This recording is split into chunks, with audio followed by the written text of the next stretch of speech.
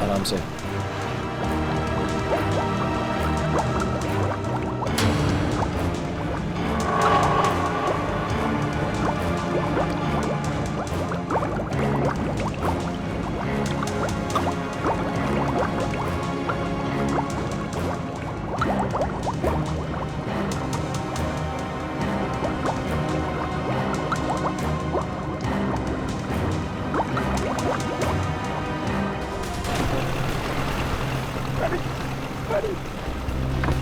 Abhijit sir!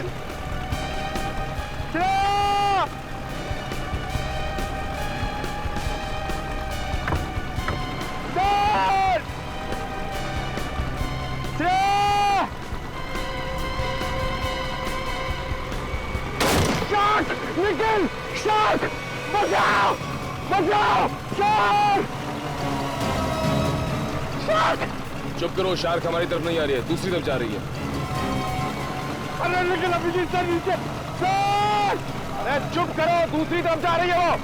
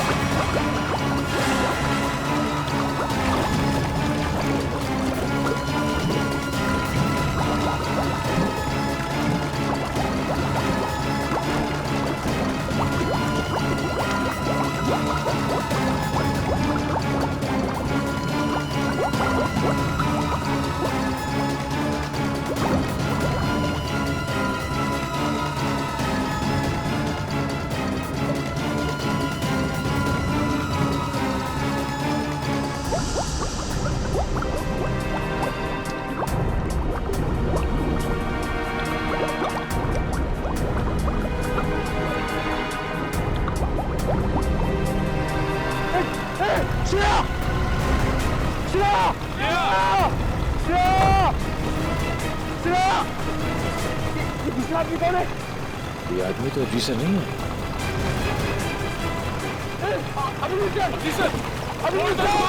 जल्दी फोड़ घुमाओ जल्दी।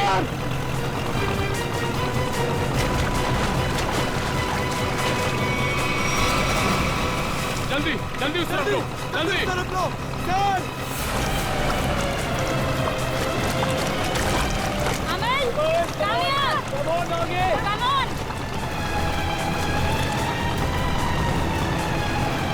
सर पकड़ यार।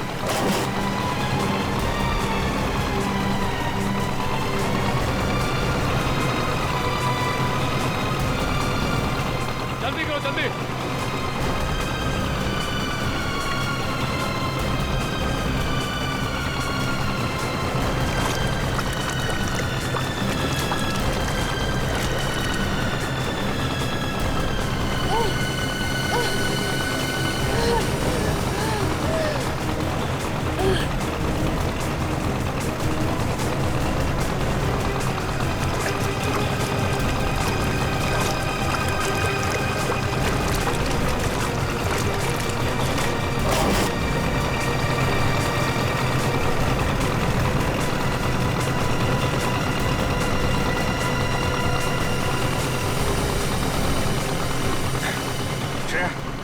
तुम ठीक हो?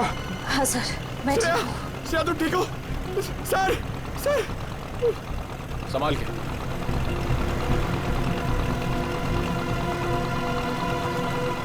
सर मैंने कहा था नहीं एक्सपेरिमेंट मत करिए। आपने देखा ना, शार्क ने अटैक किया ना श्रेया पे। नहीं पंकज, शार्क ने मुझ पर हमला नहीं किया था। सर, मैं शार्क को देखकर बहुत घबरा गई थी। हाँ, शार्क ऐसे तो किसी पर हमला नहीं करती, लेकिन जब भी वो कोई नई चीज देखती है तो वो ये जानना चाहती है कि आखिर में ये चीज है क्या, दोस्त है कि दुश्मन है। फिर भी आपने हमारी मदद की, thank you very much. It's okay. लेकिन अगर आप इनको बचाते नहीं तो क्या शार्क हमला कर सकती थी? नहीं, शार्क इन पर हमला नहीं करती। दरअसल ये शार्क को देख के डर गई, फिर घबराहट में ये तेजी से हाथ पैर हिलाती या फिर तेजी से तैरकर बोट की तरफ आने की कोशिश करती, तो शार्क को ये लगता कि ये उन पर हमला करने वाली है। फिर शायद शार्क अपने बचाव में इन पर हमला कर देती। ओह, बच गई। वैसे शार्क के बारे में लगता है आपको काफी जानकारी है? जी, दरअसल मैं एक मरीन रिसर्चर हूँ और ये हमारी टीम है, माया एंड रेन। हाय सो। हेलो। दरअसल हम गहरे पानी के जीवों के बारे में रिसर्च करते हैं, लेकिन आप लोग यहाँ पे क्या कर रहे थे? हम लोग CID से और एक केस के सिलसिले में हम शार्क के बर्ताव के ऊपर रिसर्च कर रहे हैं। CID? शार्क के बर्ताव की जांच? मैं कुछ समझा नहीं। एक्चुअली 3-4 दिनों में 2 आदमियों की मौत हो गई। वैसे तो ये शार्क अटैक लगता है, लेकिन हमें शक है कि शार्क को खून करने के लिए उकसाया गया। लेकिन आपको ऐसा क्यों लगता है? देखिए, मुझे ये सवाल पूछने का कोई हक नहीं है, लेकिन हमेशा से शार्क के बारे में लोगों को गलतफहमी रही है, इसलिए मैंने पूछ लिया। नहीं, कोई बात नहीं। दरअसल 3 दिन पहले हमें एक लाश मिली।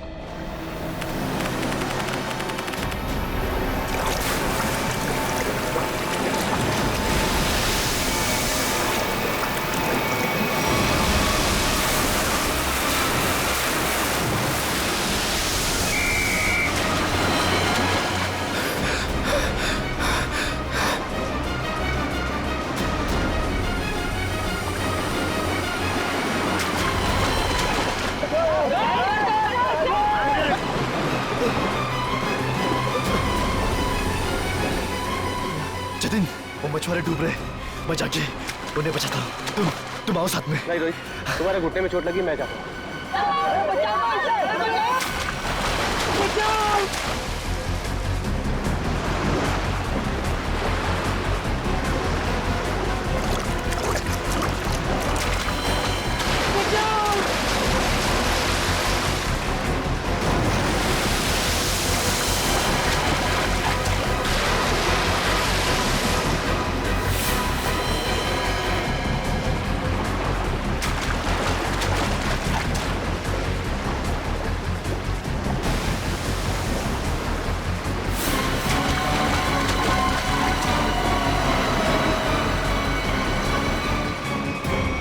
जब जतिन को मालूम था कि वहाँ पे टाइगर शार्क्स हैं, तो उसे किसी बोट वगैरह से जाना चाहिए था ना। तैर के जाने की क्या जरूरत थी? सर, जतिन पहली बार नहीं गया था उस स्पॉट पे सर। जतिन और मैं पहले भी कई बार जा चुके हैं सर उस स्पॉट पे सर। सर, शार्क हमारे इतने बगल से जाया करते थे सर, लेकिन कभी किसी पे हमला नहीं किया सर। क्या? इतने पास में भी आने के बाद शार्क हमला नहीं करती? ये तो गलतफहमी है शार्क को लेकर सर। शार्क को अगर छेड़ा या उकसाया जाए तभी वो किसी पे हमला करेगी ना सर, वरना क्यों करेगी किसी पे हमला? तो हो सकता है कि जतिन ने किसी वजह से शार्क को परेशान किया हो। नहीं सर, ये साजिश है सर। जतिन को समंदर में बुलाने की साजिश। साजिश? जी सर। आपको ऐसा क्यों लगता है कि ये साजिश थी? सर, जतिन एक ट्रेन लाइफ गार्ड था, वो शार्क को उकसाएगा ही नहीं। और वो 2 मछुआरे, उनके लिए तो समुद्र उनके घर की तरह है, और वो भी इन शार्क के बारे में जानते होंगे। वो भला इन शार्क को उकसाएंगे ही क्यों? उन दोनों मछुआरों की लाश मिली? जी नहीं सर। और वो बोट जिस पे हमला हुआ था? सर, वो रहा सर।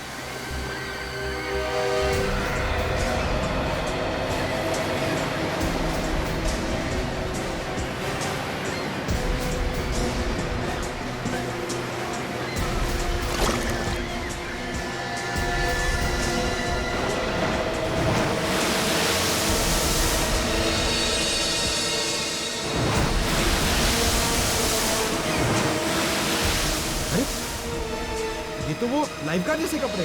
हाँ, इसमें कुछ है। हो सकता है उस लाइफ गार्ड जतिन की हो। ये क्या है? सर!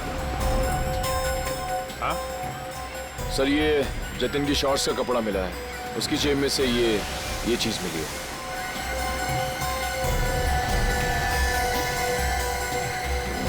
ये है क्या ये चीज? क्या चीज है ये, आप जानते हैं? मालूम नहीं सर। मालूम नहीं? ये तो जतिन के जेब में से मिली है। पता नहीं सर, हम लाइफ गार्ड इसका इस्तेमाल नहीं करते सर। हाँ? लाइफ गार्ड्स का इस्तेमाल नहीं करते तो फिर ये चीज जतिन की जेब में क्या कर रही थी? और दूसरे दिन हमें और एक लाश मिली, उसको भी शार्क ने अटैक किया था। फिर से किसी शार्क मछली का काम लगता है सर। आधा शरीर तो शार्क मछली खा गई। मगर सर, ये क्या चीज है जिसमें ये बॉडी फंसी हुई है? तो ये किसी शार्क केज का हिस्सा है, और जिस तरह से इस केज को काटा गया है, लगता है कोई बहुत बड़ी शार्क मछली है। मतलब सर, ये आदमी शार्क पर रिसर्च कर रहा था? हो सकता है, और एक बात समझ में नहीं आई। कौन सी सर? ये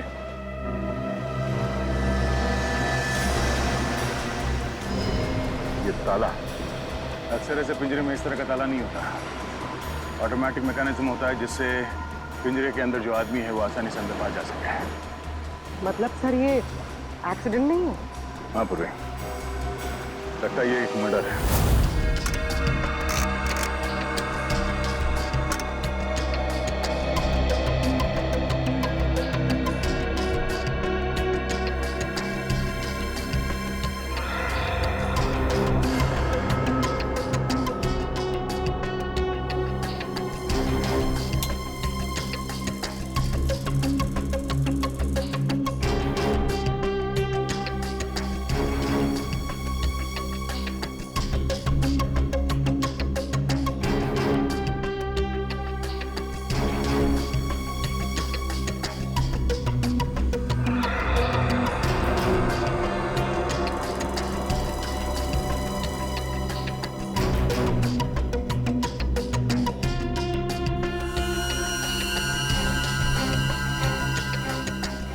ये कैसे हो सकता है? अरे क्या नहीं हो सकता साळुंखे? क्या नहीं हो सकता? यही बॉस के शार्क का दांत लोहे का तो हो नहीं सकता है। क्या मतलब?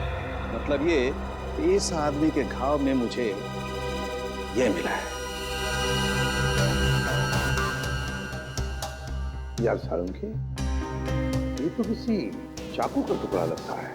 हाँ बॉस, ये चाकू का नुकीला टुकड़ा ही है। किसी ने इस पर चाकू से जब वार किया होगा, ये टुकड़ा पसलियों में जाकर के टूट गया। मतलब सब पहले इस पे चाकू से वार किया गया, उसके बाद इसे पानी में डाला गया। वही तो, क्यों? इस बेचारे को मारना ही था तो पहले जमीन पर मारता और फिर समुद्र में डाल देता। लेकिन पहले इस पर वार किया, फिर पिंजरे में डाला और फिर इसे छोड़ दिया शार्क के लिए। सर, हाँ, जरा आएंगे प्लीज। से डिवाइस जो आप लोगों को उस लाइफ गार्ड के कपड़ों पे से मिला था, ये एक किस्म का वाइब्रेटिंग डिवाइस है। Vibrating device? हाँ सर, और ये डिवाइस सिर्फ रिमोट से ही चलता है। रिमोट से? हाँ सर। समझ में नहीं आ रहा। एक जख्मी आदमी जिसे पिंजरे में बंद करके पानी में डाला जाता है, और एक दूसरा आदमी, एक लाइफ गार्ड, एक एक्सपर्ट स्विमर, अपने साथ ये रिमोट वाला वाइब्रेटर लेकर पानी में उतरता है। क्यों? और तो और, इन दोनों पर ही एक शार्क हमला करता है, इन दोनों पर ही। क्यों? क्योंकि शार्क को उन दोनों आदमी को पास आने के लिए उकसाया गया था। वो कैसे? ये जरूर कोई टाइगर शार्क ही होगा जो गहरे समुद्र में रहती है, यानी कि पॉइंट ए। और जिस जगह पर हमला हुआ वो किनारे से बहुत करीब है, यानी कि पॉइंट बी। पॉइंट ए से पॉइंट बी की दूरी करीबन 1.5 किलोमीटर की है। तो क्या इतनी दूरी से उस शार्क ने इन दोनों को देख लिया होगा? फॉरेंसिक रिपोर्ट के मुताबिक जिस आदमी पर शार्क ने हमला किया, उसके शरीर में से चाकू की नोक का टुकड़ा पाया गया था। सालुंखे साहब का भी यही मानना था कि जब वो आदमी पिंजरे के साथ पानी में गया तो शायद वो पहले से ही जख्मी था। जख्मी था तो उसके शरीर से खून भी निकला होगा, और वो खून पानी में मिल गया होगा, जिसकी महक से शार्क उस तक तेजी से पहुंच गई। मगर आपने अभी अभी कहा कि विक्टिम और शार्क के बीच 1.5 किलोमीटर की दूरी थी, तो शार्क इतनी दूरी से खून सूंघ सकती है? शार्क के सूंघने की शक्ति बहुत ही तेज होती है। वो अपने शिकार और खून की महक को 2 से 2.5 किलोमीटर की दूरी से सूंघ लेती है और वो तेजी से उस तक पहुंच जाती है। फिर भी एक बात हजम नहीं हो रही है। जतिन एक अच्छा स्विमर था, एक लाइफ गार्ड था। वो समुद्र में उतरा था उन मछुआरों को बचाने के लिए। वो बिल्कुल ठीक ठाक था, कोई जख्म नहीं थी उसके शरीर पर। फिर भी शार्क ने उस पर हमला कैसे किया और क्यों? उसकी वजह है ये वाइब्रेटर डिवाइस जो आपको जतिन के कपड़ों से मिला है। ये डिवाइस वाइब्रेशंस की वजह से। मगर मैंने तो सुना है कि शार्क के कान नहीं होते, तो फिर शार्क ने इस वाइब्रेटर डिवाइस की आवाज सुनी कैसे? इस डिवाइस से आवाज नहीं, बल्कि एक कंपन पैदा होती है पानी में, जिसकी वजह से शार्क को ऐसा लगता है कि उसका कोई शिकार है और वो तेजी से उस तक पहुंच जाती है। मतलब इस डिवाइस से जो वाइब्रेशंस निकली, जो कंपन निकले, उससे शार्क को लगा कि कोई शिकार आया है। सचिन, इसका मतलब है शार्क ने इन दोनों पर हमला नहीं किया, बल्कि शार्क को मजबूर किया गया हमला करने के लिए। और ये तो वही कर सकता है जो शार्क्स के बारे में पूरी जानकारी रखता है। डॉक्टर धनराज का कहना सही है, शार्क को किनारे तक लाने के लिए लुभाया गया। अच्छा ये बताइए कि समंदर के इस स्पॉट में ज्यादातर कौन से किस्म की शार्क्स पाई जाती है? ज्यादातर तो टाइगर शार्क पाई जाती है। Thank you sir, tiger sharks ने ही जतिन और उस आदमी पर हमला किया था। सर, ये आदमी चाहता क्या है? क्यों इतने अजीब तरीके से मर्डर कर रहा है? शार्क को बदनाम कर रहा है। शार्क की आड़ में मर्डर किया जा रहा है। इस वाइब्रेटिंग डिवाइस का इस्तेमाल किया गया जतिन के फोन में। इससे सुपरसोनिक साउंड निकाली गई, जिससे शार्क जतिन के पास आई और उसका फोन कर दिया। और तो और उन्हीं को ये भी पता था कि तुम्हारे घुटने में चोट लगी है और तुम्हारी ड्यूटी दोपहर की, इसलिए उसने ऐसा वक्त चुना जिसमें सिर्फ और सिर्फ जतिन ही उन दोनों ढोंगी मछुआरों को बचाने के लिए पानी में कूदे। जतिन के खूनी तक पहुंचने के लिए हमें आप लोगों की मदद चाहिए। सर, वो कैसे सर? जतिन के बारे में जो कुछ भी जानते हैं वो सब हमें बताइए आप। सर जतिन के बारे में हम ज़्यादा कुछ नहीं जानते सर। बस इतना पता है सर कि उसकी किसी से दुश्मनी नहीं थी सर, और ना ही उसकी किसी से गहरी दोस्ती थी सर। हाँ, वो हमेशा अपने काम से काम रखता था और ज़्यादा किसी से बातें भी नहीं किया करता था। ये लाइफ गार्ड बनने से पहले जतिन क्या करता था, कुछ मालूम है आपको? लाइफ गार्ड बनने से पहले? हाँ सर, वो किसी एनिमल एडवेंचर चैनल में काम करता था सर। क्या काम करता था? सर वो समुद्री जीवों पर फिल्म बनाया करता था। इससे ज़्यादा कुछ बताया नहीं सर वो, और उसने बात को काट दिया सर। सर, एनिमल एडवेंचर तो काफी बड़ा चैनल है। इतने बड़े चैनल में काम करने वाला एक आदमी लाइफ गार्ड कैसे बन गया?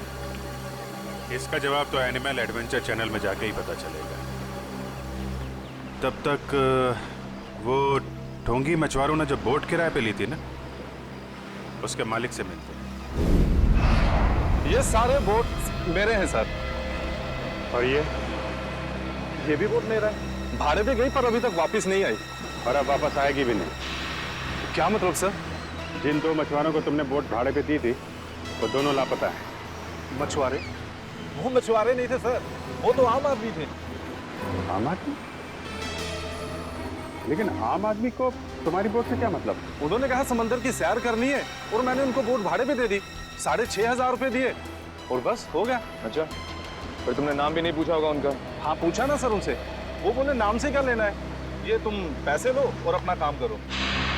तुम्हारी बेवकूफी की वजह से एक आदमी की जान चली गई, समझे तुम? मैं कुछ समझा नहीं सर। यार समझाने का टाइम नहीं है। तुम ये बताओ वो दोनों आए कैसे थे? पैदल आए थे, कोई गाड़ी वाड़ी से आए थे? हाँ सर, वो लोग ट्रक से आए थे। ट्रक? अच्छा, और कोई खास बात याद है? हाँ सर, ट्रक के पीछे एक अजीब सी शायरी लिखी थी सर। अजीब सी शायरी? क्या थी? जैसे मैं हूं प्यासा, तू है कुआं, लेकिन हॉर्न जरा धीरे धीरे बजा, ये लिखा था सर। सर, ये हॉर्न और कुएं में कोई कनेक्शन हो सकता है? इसका कनेक्शन का तो पता नहीं, लेकिन उन दोनों ढोंगी मछुआरों का और ट्रांसपोर्ट कंपनी का कनेक्शन जरूर है। दो अनजान आदमी तुमसे बोट किराए पे मांगते हैं तो बिना नाम पता लिए बोट किराए पे नहीं देनी चाहिए थी तुम्हें। सॉरी सर, गलती हो गई। ठीक है, उन दोनों आदमियों का स्केच बनवाओ। ठीक है? ठीक है। मुंबई औरंगाबाद नासिक रूट पे चलने वाली लॉरी, सफेद रंग की लॉरी, ये दो लोग चला। देखा है इन्हें? नहीं साहब, हमारे यहाँ तो सफेद रंग की लॉरी है ही नहीं। सफेद रंग की लॉरी और उसके पीछे कुछ लिखा हुआ है। बता क्या लिखा हुआ है? मैं हूँ प्यासा, तू है कुआं। हॉर्न लेकिन थोड़ा धीरे धीरे बजा। मैं नहीं बता सकता साहब, मैं तो अनपढ़ हूँ। अनपढ़ है? अरे पढ़ लिख लिया होता तो सीआईडी के कुछ काम आ जाता था। जाओ पढ़ो लिखो। सर, यहाँ पे जितनी भी व्हाइट लॉरी है सब देख ली, किसी के पीछे कुछ नहीं लिखा है। तुमने ट्रक के बारे में झूठ तो नहीं कहा हमसे? नहीं सर, मैंने बिल्कुल सही बताया आपको। अच्छा पूर्वी, तुम्हारी लिस्ट में ट्रांसपोर्ट कंपनी के और कितने नाम है? और 3 नाम है सर। 19 फरवरी से VBG 765 का कोई रिकॉर्ड नहीं है। क्यों नहीं है? जवाब दो। सर सफेद लॉरी।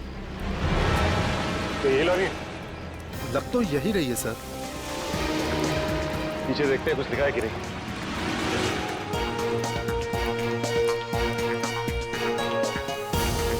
ये है सर, इसमें एक बड़ा सा स्टील का पिंजरा भी था। ये लॉरी किसकी है? क्यों? मेरी है। अगर तुम्हारी है तो फिर तुम मुसीबत में हो। सीआईडी? सर मैंने कोई गलती नहीं की सर। इस लॉरी में एक पिंजरा था और उसमें एक आदमी को कैद करके रखा गया था और फिर उस पिंजरे को समंदर में फेंक दिया गया। क्या? और उस लॉरी में ये 2 लोग थे। पहचानते हो इन्हें? हाँ, ये दोनों तो मेरी ट्रांसपोर्ट कंपनी में काम करते हैं। बल्लू और चिंकू इनका नाम है। बल्लू और चिंकू? कहाँ मिलेंगे ये बल्लू और चिंकू? सर ये रहे बल्लू और चिंकू, ये रहे।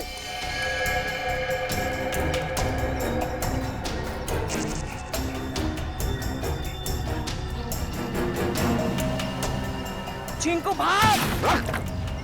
एक कदम भी आगे बढ़ाया ना तो गोली चल जाएगी। नहीं साहब, साहब हम पे गोली मत चलाना साहब। साहब हमने सब पैसों के लिए किया था साहब। हम उन पैसों से ट्रक खरीदने वाले थे। हमारी उन दोनों से कोई दुश्मनी नहीं थी साहब। वो आदमी की उससे कुछ अजीब तरह की दुश्मनी थी। कौन था वो आदमी?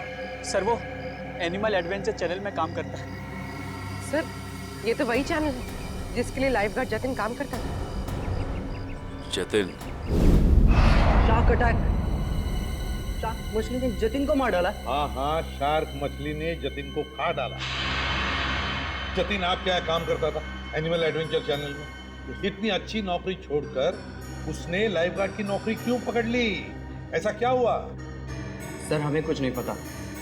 अगर आपको कुछ पूछना है तो आप हमारे बॉस मिस्टर निकेतन से पूछिए। जरा बुलाओ, निकेतन को बुलाओ। क्या हो रहा है यहाँ पर? अरे सीआईडी सर, आप लोग यहाँ?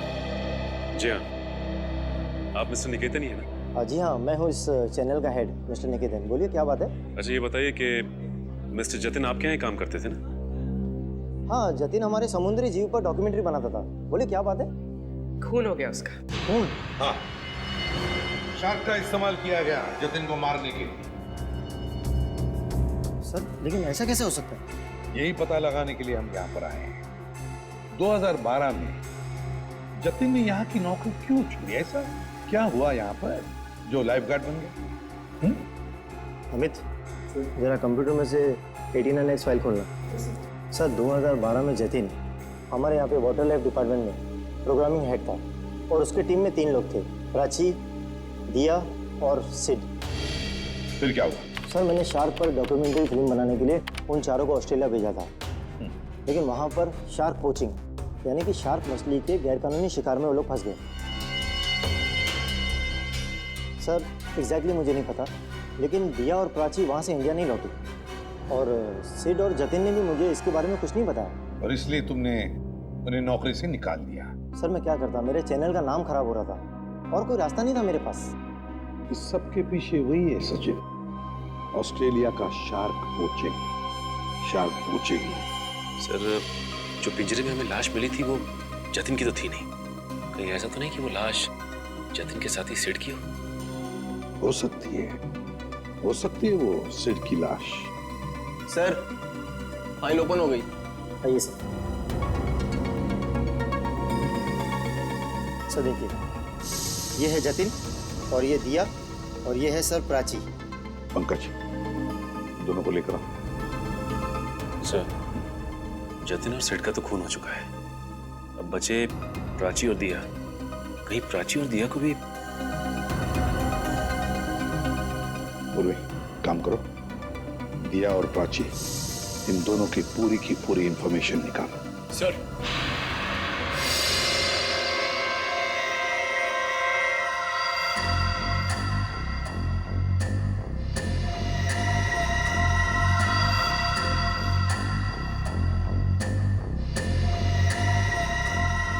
इधर आओ। देखो इस फोटो को, तो ये दो लोग हैं। क्या इनमें से इसे तुम्हें पानी में डालने के लिए कहा गया था? हाँ साहब, यही है वो आदमी। यही है ना वो?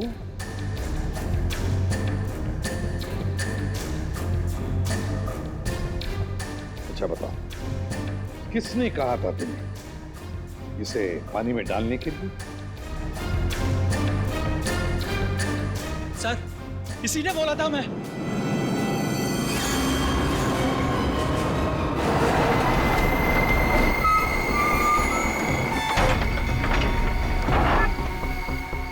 धीरे से लाओ।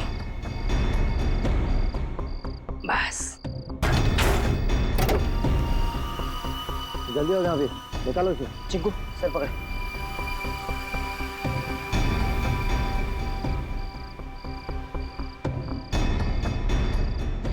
ले अंदर।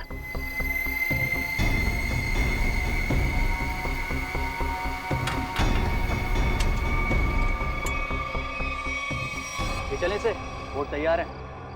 इतनी भी क्या जल्दी है? इंजेक्शन? जब इसे इंजेक्शन से ही मारना है तो ये सब करने की क्या जरूरत थी? ये इंजेक्शन इसे मौत नहीं बल्कि इसे होश में लाएगा। होश में? हाँ, ताकि ये अपनी मौत अपनी खुली आंखों से देख सके।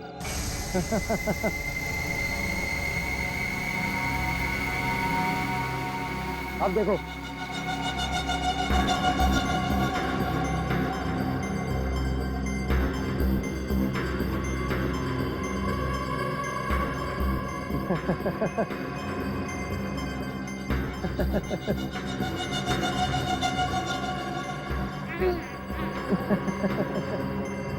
उठो, ट्राई करो।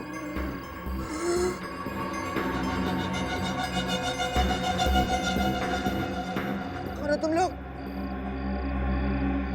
ये पिंजरे में क्यों बंद किया मुझे?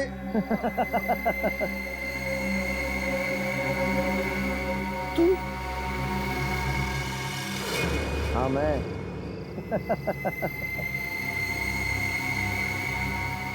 ये क्यों मारा मुझे?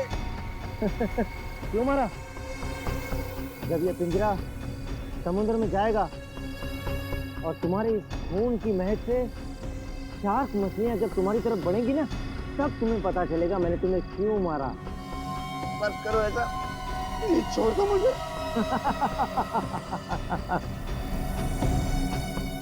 ऐसा मत करो, ऐसा मत करो, मत करो।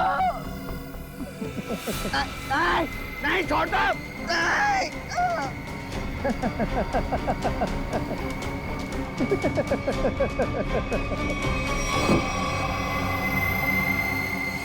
अरे सर, ये क्या बके जा रहे हो तुम? मैं तुम्हें जानता तक नहीं। मैं क्यों मरवाऊंगा इन लोगों को? अगर तुमने कुछ नहीं किया तो ये लोग क्या झूठ बोल रहे हैं? सर झूठ बोल रहे हैं, बिल्कुल सरासर झूठ बोल रहे हैं लोग। कौन झूठ बोल रहा है और कौन सच, ये तो हम पता लगा ही लेंगे।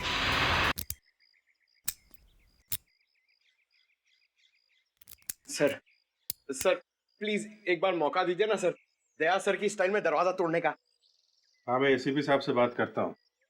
आगे से दरवाजे तोड़ने का ऑर्डर तुम ही को दे। नहीं नहीं नहीं सर, मैं तो ऐसी मजाक कर रहा था। मैं भी मजाक कर रहा था। क्या काम करे सर? सर, पड़ोसियों ने कहा था ये घर 1 साल से बंद है, तो फिर इतना साफ सुथरा कैसे? बजी ना दिमाग की घंटी, इसका मतलब साफ है, इस घर में कोई रह रहा है।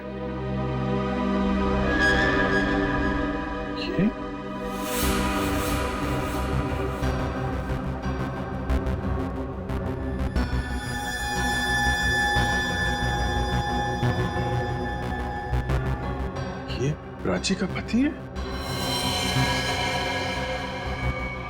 और भी बहुत कुछ छुपा होगा इस घर में। साहब, दिया जी को मरे हुए तो 1 साल हो गया है। क्या? दिया की मौत 1 साल पहले हुई है? जी साहब। कैसे कैसे मौत हुई दिया की? साहब, वो विदेश किसी काम के लिए गई थी और वहीं पर उनकी मौत हो गई। इससे ज्यादा मुझे कुछ नहीं पता सर। अच्छा, क्या दिया यहाँ पर अकेली ही रहती थी या कोई और भी था उसके साथ? साहब, उनकी बहन रहती है यहाँ। अभी कुछ महीने पहले ही यहाँ रहने को आई है। उससे पहले वो कहाँ रहती थी? विदेश में रहती थी। उन्होंने ही मुझे दिया जी की मौत के बारे में बताया था। क्या नाम क्या है दिया की बहन का? जी माया जी। माया नाम है? ये हमारी टीम है, माया एंड रे। पता नहीं क्यों ये माया नाम सुना हुआ लगता है। क्या कोई तस्वीर वगैरह है माया की आपके पास?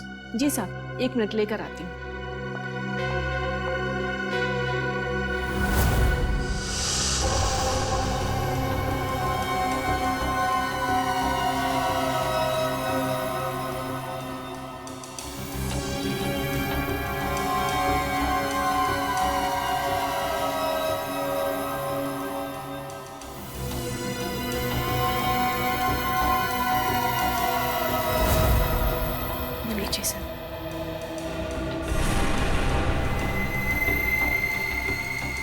तो ये है माया? ये हमारी टीम है, माया एंड रे। जी साहब, दिया जी की छोटी बहन। दिया की छोटी बहन माया।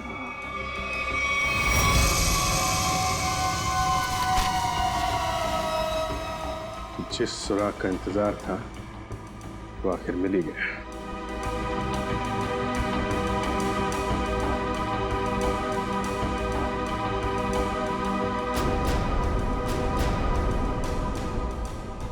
प्लानिंग के साथ मर्डर किए गए।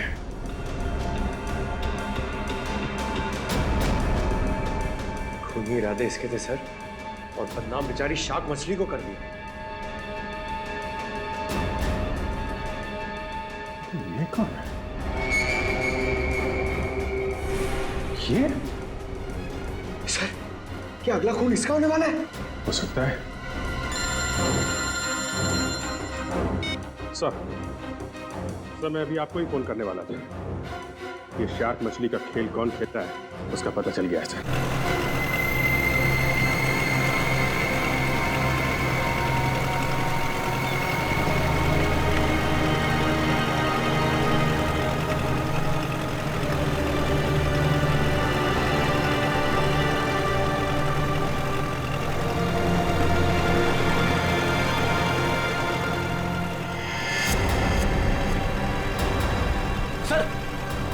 वहां पे बोट है।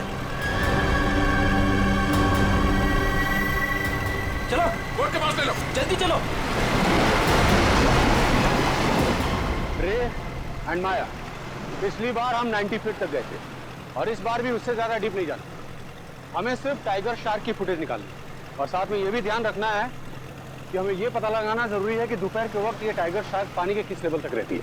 ओके माया, माया तुम्हारा ध्यान किधर है? मैं कुछ बोल रहा हूं ना, कहां देख रही हो तुम? क्या है इधर?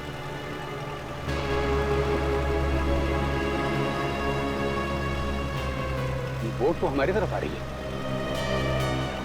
अरे ये लोग तो हाथ भी दिखा रहे हैं। अरे ये तो सीआईडी के लोग हैं।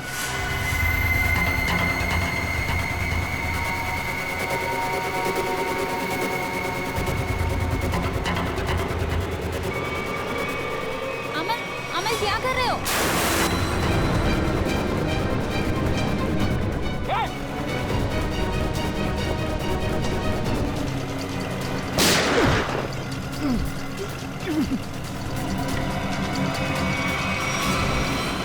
संभाल के बोल, जल्दी।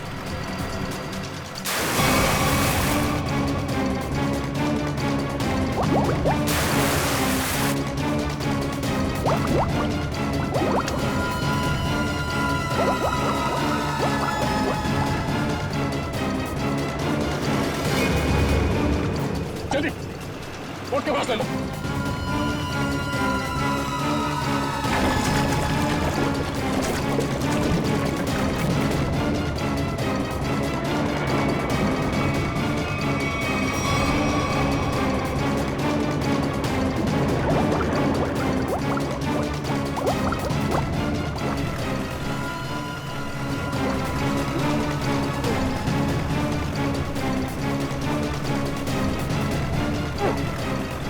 मुझे क्या लगा तो अपने मकसद में कामयाब हो जाएगा?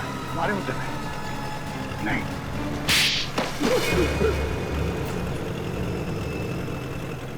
क्यों किया तुमने सब? हाँ किया सर, लेकिन मैंने नहीं, उन तीनों ने किया सर। वो सिर्फ जतिन और दिया को तो शार्क के जबड़े में ही मरना था, क्योंकि उन लोगों ने मेरी पत्नी प्राची को शार्क के पास मरने के लिए छोड़ दिया था सर। इन सबको शार्क अटैक से तुम मारना चाहते हो? तुम्हारे इस प्लान के बारे में हमें पता चल चुका था, और प्राची के घर से हमें यह भी पता चल गया कि तुम प्राची के पति हो। अपने ज्ञान का इस्तेमाल तुमने बेकसूर लोगों का खून करने में किया है। नहीं सर, उनमें से कोई बेकसूर नहीं था सर। तो सिर्फ जतिन और दिया ने ऑस्ट्रेलिया में मेरी पत्नी प्राची को शार्क के पास मरने के लिए छोड़ दिया था सर। खुद तो शार्क से और उधर से अपनी जान बचा के भाग निकले, और मेरी पत्नी को मौत के मुंह में छोड़ दिया सर।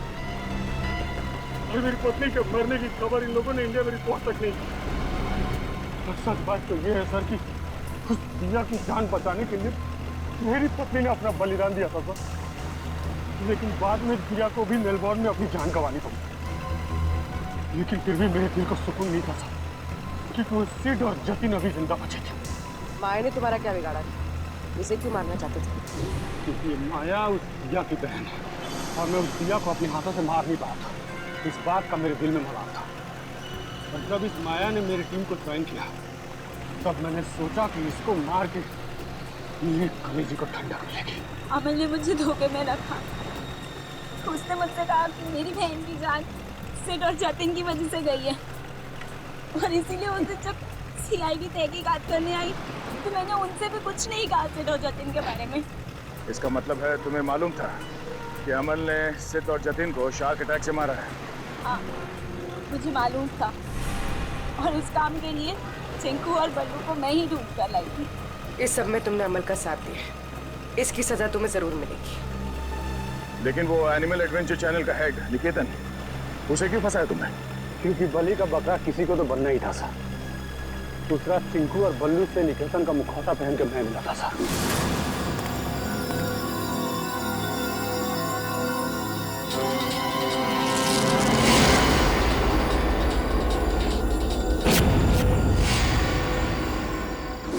इन बेकसूर शार्क्स को तुमने बदनाम किया है अपना हथियार बना के, जबकि ये इंसानों के दुश्मन नहीं होते। मौत बांटते फिर रहे थे ना तुम, हाँ?